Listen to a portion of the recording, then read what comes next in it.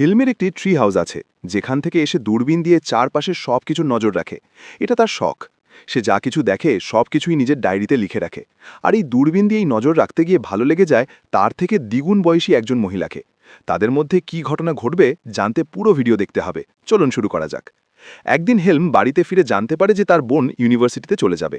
এতে সে খুব দুঃখ পায়, কারণ তার জীবন আগে থেকেই অনেকটা একাকী।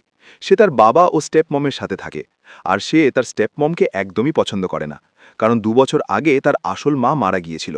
আর সে মনে করে তার স্টেপ মমই এর জন্য দায়ী। রাতে তার বোন তাকে ক্লাবে যেতে বলে, কিন্তু সে না করে দেয়, কারণ সে একা থাকতে পছন্দ করে। রাতে সে দূরবীন দিয়ে পাশের বাড়ির একটি পরিবারের দিকে তাকিয়ে থাকে এবং তাদের স্কেচ আঁকে। হঠাৎ সে নিচে গাড়ির শব্দ শুনতে পায়। সে দেখে তার বাবা ও স্টেপমম বাড়িতে ফিরেছে। সে তাদেরও নজর রাখে এবং দেখে তারা বেডরুমে একে অপরকে চুমু খাচ্ছে। এরপর সে তার ট্রি হাউসে গিয়ে ঘুমিয়ে পড়ে, যেখানে তার মায়ের একটি বড় ছবি রয়েছে। পরদিন সকালে তার বোন ইউনিভার্সিটিতে যাওয়ার সময় তাকে ডাক দেয়। হেলম শুনতে পেলেও সামনে আসে না। যখন গাড়ি চলে যায় তখন সে দৌড়ে তার বোনকে ডাকতে থাকে, কিন্তু তার বোন আর শুনতে পায় না।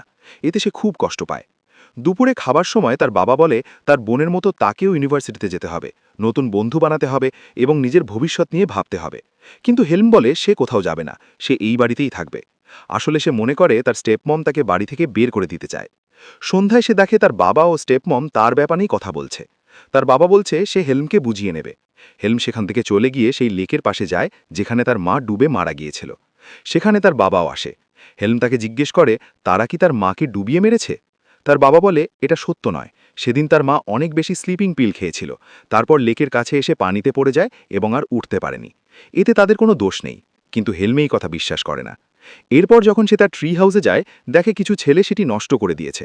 তাই সে সব জিনিসপত্র নিয়ে বাড়িতে চলে আসে। তার স্টেপমম তার ডায়েরি পেয়ে যায়, যেখানে সে সবার স্কেচ ও তথ্য লিখে রাখত। স্টেপমম সেটি পড়ে ফেলে। তারপর সে হেলমের কাছে যায় ডায়েরি নিয়ে। হেলম বলে এটা তার ব্যক্তিগত ডায়েরি, কিন্তু স্টেপমম বলে সে সব পড়ে ফেলেছে। এতে হেলম রেগে যায় এবং তার গলা চেপে ধরে। কিন্তু তার স্টেপমম ভালো মানুষ নয়, সে তাকে প্রলুব্ধ করতে শুরু করে। ফলে হেলম নিজেকে সামলাতে পারে না এবং তারা দুজন অন্তরঙ্গ হয়ে পড়ে। এরপর স্টেপমম তাকে ব্ল্যাকমেল করে বলে তাকে বাড়ি সেরে চলে যেতে হবে। কোনো উপায় না থাকায় পরের দিনই হেলম ট্রেনে করে এডিনবার্গ চলে যায়। সেখানে সে এটিএম থেকে টাকা তুলতে যায়, কিন্তু দেখে তার অ্যাকাউন্টে কোনো টাকা নেই। তাই তাকে একটি বিল্ডিংয়ের ছাদে রাত কাটাতে হয়। পরদিন সকালে নিচে তাকিয়ে সে একটি মহিলাকে দেখতে পায়, যার চেহারা তার আসল মায়ের মতোই। সে সেই মহিলার পিছু নেয় এবং তাকে অনুসরণ করতে করতে বেলমোরাল হোটেলে পৌঁছে যায়।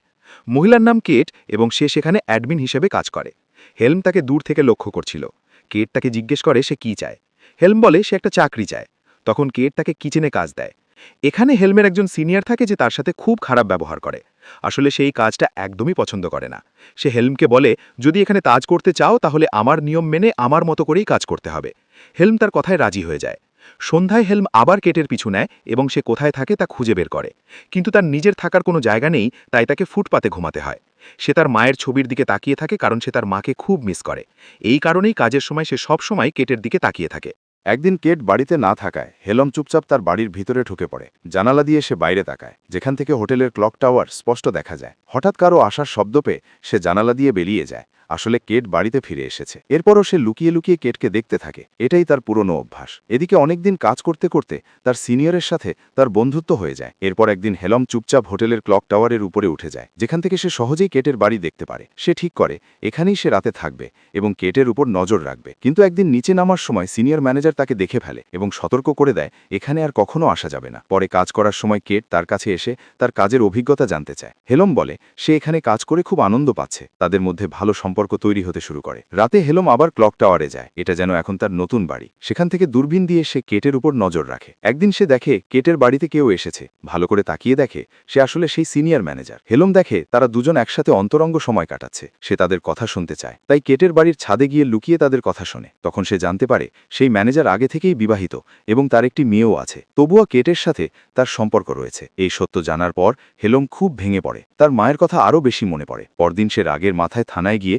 তার স্টেপ মমের বিরুদ্ধে অভিযোগ করে যে তার আসল মাকে হত্যা করা হয়েছে। এরপর সে কাজে ফিরে যায়। কাজ শেষে যখন সে ক্লক টাওয়ারে উঠছিল, তখন সিনিয়র ম্যানেজার তাকে দেখে ফেলে এবং তাকে চাকরি থেকে বের করে দেয়। হেলম তাকে হুমকি দেয় যে সে তার স্ত্রীর কাছে সব বলে দেবে, কিন্তু ম্যানেজার তাতে ভয় পায় না। সেই রাতে হেলম হোটেলের রেকর্ড থেকে ম্যানেজারের বাড়ির ঠিকানা বের করে এবং পরদিন তার বাড়িতে পৌঁছে যায়। ম্যানেজার তাকে দেখে ভয় পায় এবং অনুরোধ করে যেন সে তার স্ত্রীকে কিছু না বলে, বদলে সে হেলমকে তার চাকরি ফিরিয়ে দেয়। এরপর কেট তাকে ডেকে বলে হোটেলে একটি নতুন পদ খালি আছে, ফ্রন্ট পোর্টার। হেলম সেই পদের জন্য আবেদন করে এবং চাকরিটা পেয়ে যায়। এতে সে খুব খুশি হয়। রাতে সে আবার কেটের বাড়ির ছাদে যায়। অন্যদিকে ম্যানেজার ক্লক টাওয়ার থেকে হেলমকে দেখে ফেলে এবং বুঝতে পারে সে সব দেখছে। তারপরও সে কেটের বাড়িতে গিয়ে তার সাথে সময় কাটায়। হেলম উপরে বসে সব দেখে, কিন্তু ম্যানেজারের তাতে কোনো সমস্যা হয় না। এরপর হেলম ক্লক টাওয়ারে ফিরে এসে তার মায়ের দেওয়া জন্মদিনের চিঠি পড়ে। আসলে সেদিন তার জন্মদিন। পরদিন কেট তাকে জন্মদিনের শুভেচ্ছা জানায়। এতে সে খুব খুশি হয়। এদিকে তার নতুন সিনিয়র অ্যান্ডি, রাতে তারা তিনজন একসাথে ড্রিঙ্ক করতে যায়, কারণ হেলম এখন 18 বছর বয়সে পা দিয়েছে। অ্যান্ডি বেশি মদ খেয়ে কেটকে বলে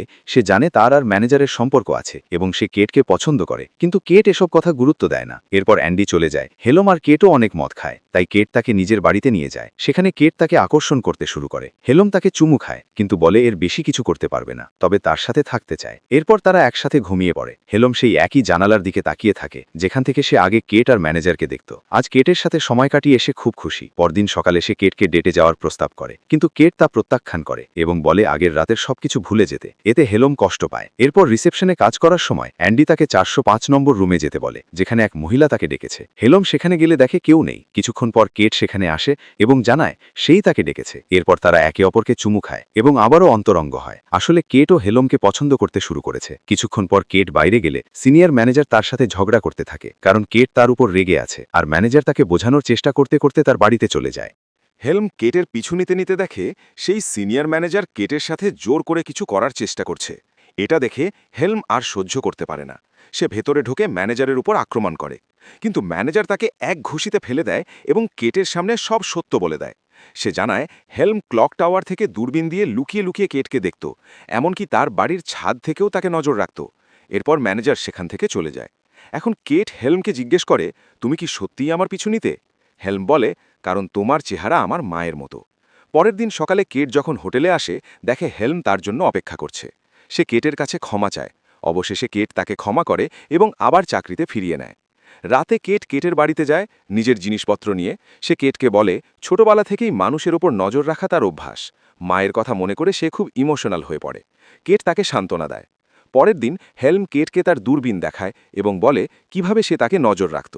তারা একসাথে ভালো সময় কাটাতে শুরু করে। একদিন হেলম যখন কাজে থাকে, তখন তার বাবা এবং স্টেপ মম সেখানে চলে আসে। তারা পুলিশ স্টেশন থেকে তার ঠিকানা পেয়েছে, যেখানে হেলম তার স্টেপ মমের বিরুদ্ধে অভিযোগ করেছিল। তখন কেটও সেখানে আসে। হেলমের বাবা কেটকে দেখে অবাক হয়ে যায়, কারণ তার চেহারা তার প্রথম স্ত্রীর মতো। তারা আসলে হেলমকে একটি প্রপার্টির কাগজে সই করাতে এসেছে। তার বাবা বলে, আমার অনেক ঋণ আছে, আর তোমার মায়ের উইলে তোমার নাম আছে, তাই তোমাকে সাইন করতে হবে। কিন্তু হেলম সাইন করতে অস্বীকার করে, কারণ সে এখনও বিশ্বাস করে তার স্টেপ মম তার মাকে মেরেছে। রাতে একা থাকতে থাকতে তার মনে রাগ আরও বাড়তে থাকে। সে বাড়িতে ফিরে স্টেপ মমকে কাপড়ে বেঁধে লেকে ফেলে দেয়। কিন্তু হঠাৎ তার বিবেক জেগে ওঠে। সে আবার তাকে পানি থেকে তুলে আনে এবং তার জীবন বাঁচায়। সে স্টেপ মমের কাছে ক্ষমা চায়। স্টেপ মম রেগে সেখান থেকে চলে যায়।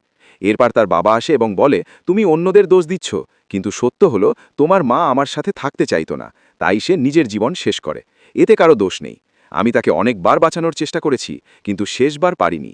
এই সত্য শুনে হেলম বুঝতে পারে তার ভেতরের রাগ আসলে এই কারণে তার মা তাকে ছেড়ে চলে গেছে। সে খুব ইমোশনাল হয়ে পড়ে এবং বাবাকে জড়িয়ে ধরে। পরের দিন তাকে আবার এডিনবার্গে দেখা যায়। সে কেটের বাড়িতে যায়, কিন্তু কেট তাকে ভেতরে ঢুকতে দেয় না। সে বলে, আমি সম্পর্কের জন্য ভালো না। যদি সত্যিই আমার সাথে থাকতে চাও, তাহলে 5 বছর পরে আসো, যখন তুমি 23 বছর হবে। হেলম হেসে জিজ্ঞেস করে, 5 বছর পরেও কি তুমি এত সুন্দর থাকবে? কেটের মুখে হাসি ফুটে ওঠে। হেলম সেখান থেকে চলে যায়।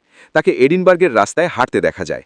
তার মুখে শান্তি আর তৃপ্তি, কারণ সে বুঝে গেছে তার কষ্টের আসল কারণ কী ছিল, এবং এখন সে সেই সব কিছু পিছনে ফেলে নতুন জীবন শুরু করছে। এই গল্প আমাদের শেখায় জীবনে অনেক উত্থান পতন আসবে, কিন্তু পুরনো দুঃখকে আঁকড়ে জড়ে রাখলে শুধু হতাশাই বাড়ে।